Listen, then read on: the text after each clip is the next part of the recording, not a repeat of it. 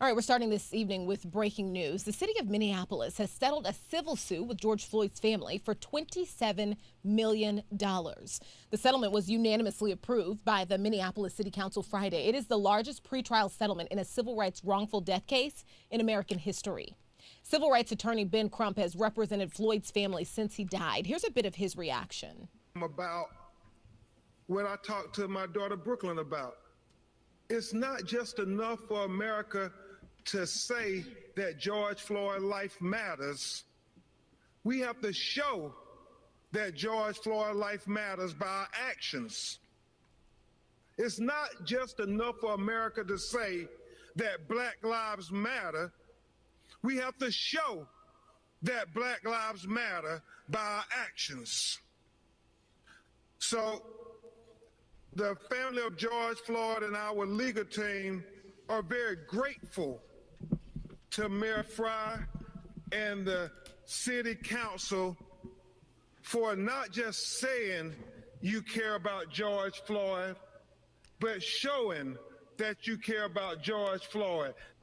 Now, this settlement comes as former Minneapolis police officer Derek Chauvin is standing trial in criminal court for Floyd's murder. And of course, as always, the criticism when something like this happens is, as of right now, the only entity that is being held accountable is taxpayers, because $27 million is coming from taxpayer funds. But the city is saying that they have set aside enough money in reserve to take care of this family without property taxes in the area having to go up. And a couple interesting things about the settlement. The 19th News reporter Erin Haynes, she tweeted, as in the Breonna Taylor settlement, attorney Crump tells her reforms are also part of this agreement.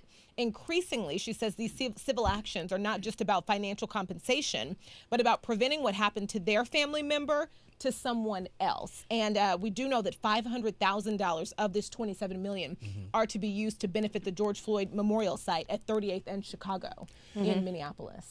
When I think about this, a couple things come to mind. When you think about this price, obviously taxpayers have to take care of that. But we have to hold our police officers accountable. This can't continue to happen. There's a huge price tag. But more importantly, you can't bring back a life. At all. The other side that makes me think about this is happening before the trial. I don't want this to be the blow of the outcome of the trial. Yeah. That's what worries me the most. Yeah. Well, yeah.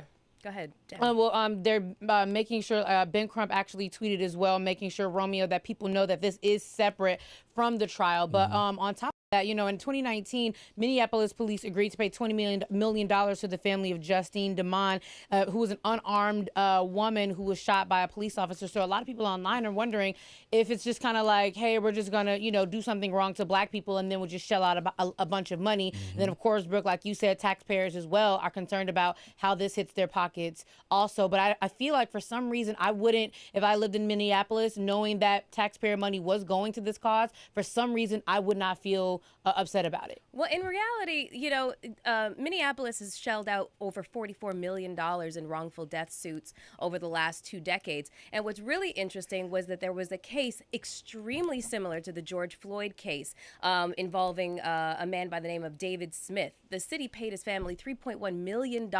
Smith died under a police officer's knee in 2010. Stark similarities to the George Floyd case. And when his mom was watching what happened with George Floyd, she literally could not believe that it was happening again. So it's really interesting that, when Brooke, you're talking about the woman who's talking about, protections being, preventative protections being set up so that this doesn't happen again, it basically kind of has.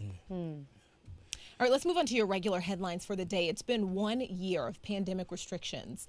President Joe Biden marked the sad anniversary by urging Americans to come together and do their part to remain vigilant against COVID-19 in order to return to some sort of normalcy by summer.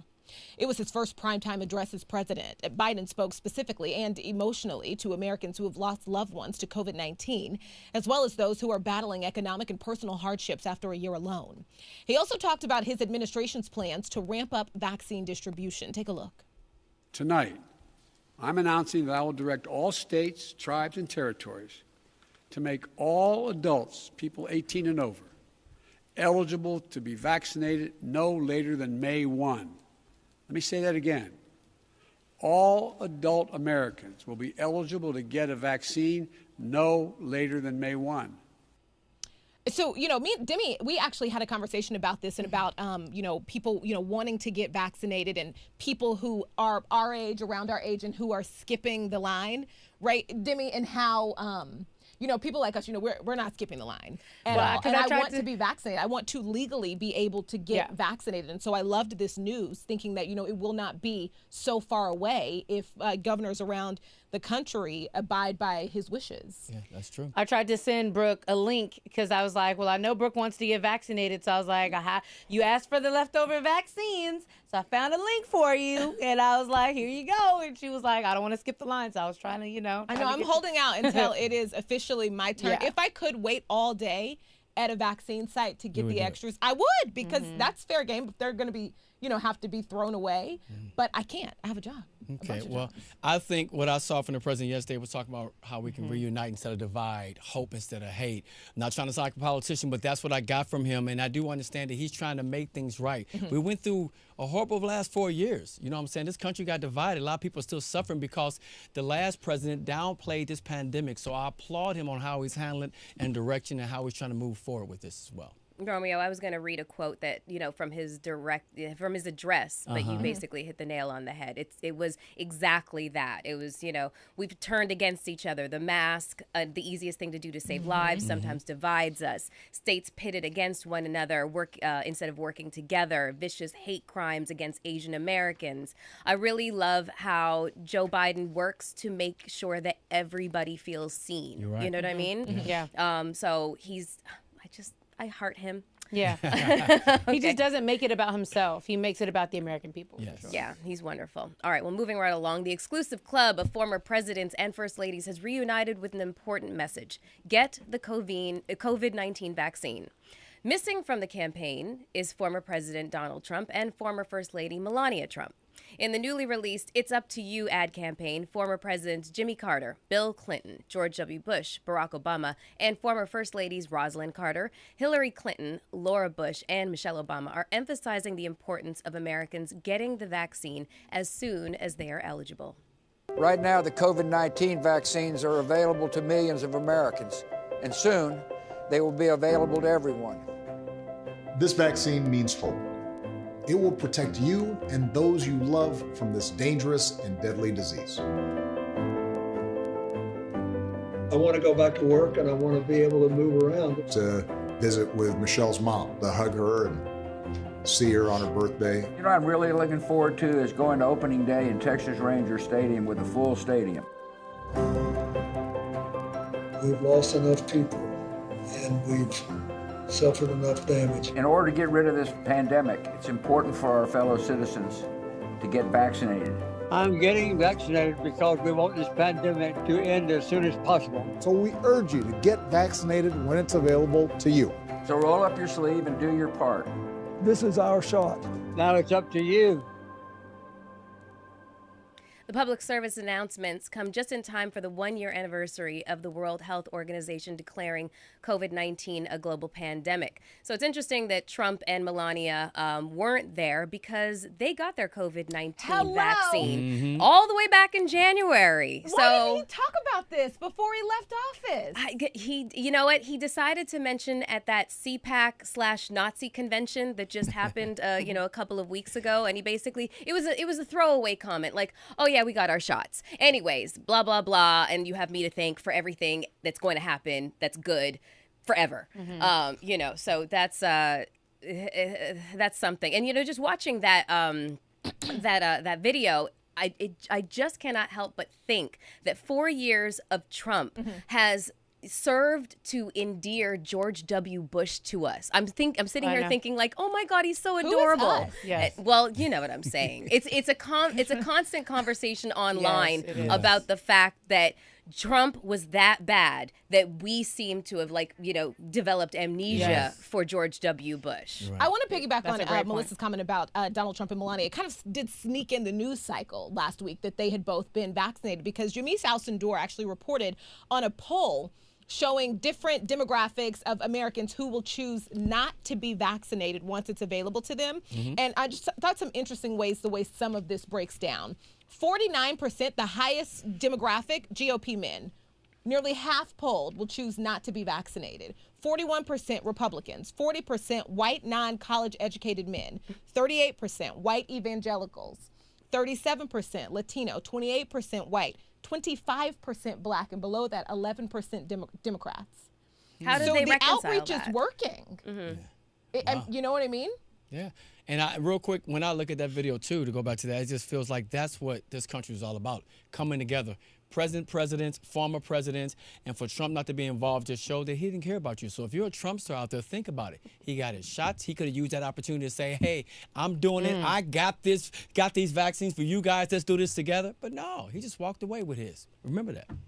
All for himself. Yeah. Okay, so this is actually some good news for you, okay, coming into the weekend. So the latest batch of COVID-19 relief checks will start arriving in a matter of days, soulmates. Yes, so the first round of checks of up to I'm giving you more money. You know what? You deserve $1,800, but it's only going to be $1,400. I'm sorry. It can appear in your bank account this weekend via direct deposit. So that's coming from White House Press Secretary Jen Psaki. This, of course, is just the first wave, Psaki said, adding that the payments to eligible Americans will continue over the next several weeks. The checks are part of the President Joe Biden's $1.9 trillion American Rescue Plan. Now, this is the first major initiative of his presidency. Biden signed the bill into law on Thursday. Not sure about you. I've been refreshing my account already. I refreshed it before we started the show. Okay. And I'll be refreshing it all throughout the weekend. So we could have breaking news before the show's over? You know what I mean? You never know. Before 5 p.m., I might not need to be here. Let you guys finish because I have some things to go spend it on. I'm just kidding. But let me just be honest, man. Like, when you know you have money coming to your account and in your account, you just move and feel a little different. Yeah, knowing you can put food on your table, Yes. that this bill is going to get paid. Yes. And this was all about at the end of the day. It's not about Democrats, Republicans. If we just figure this out, this is for the American people. We've been struggling for so long. And to know that it's on the way, watch everybody move a little different in their house tonight. Everybody was moving a little different last night. Demi, I don't know if you saw Moneybag Joe was trending. They have given this man a nickname. Yes. After a rapper, Moneybag Joe. Yes, he is. So remember we were talking about how President Biden is going to sell what he is doing. Because you need to brand it. It's working. There was put out almost like my friend Cam called it a stimmy trailer. Okay. A little short video on Twitter about the stimulus. Moneybag Joe was trending. Okay. He didn't have to sign the check. Oh my God, you took the words out of my mouth, trending. Brooke. I was going to say that's why he didn't need his name on the check, because he's going to get credit for it no matter what. Yeah, we know who it came from. That's We for sure. sure do. All right, Representative Ilhan Omar on Thursday introduced for the second time a bill that would guarantee full payment forgiveness on rent and home mortgage payments throughout the coronavirus pandemic. Under the bill titled the Rent and Mortgage Cancellation Act, there will be no accumulation of debt for renters or homeowners, as well as no negative impact on the person's credit rating or rental history.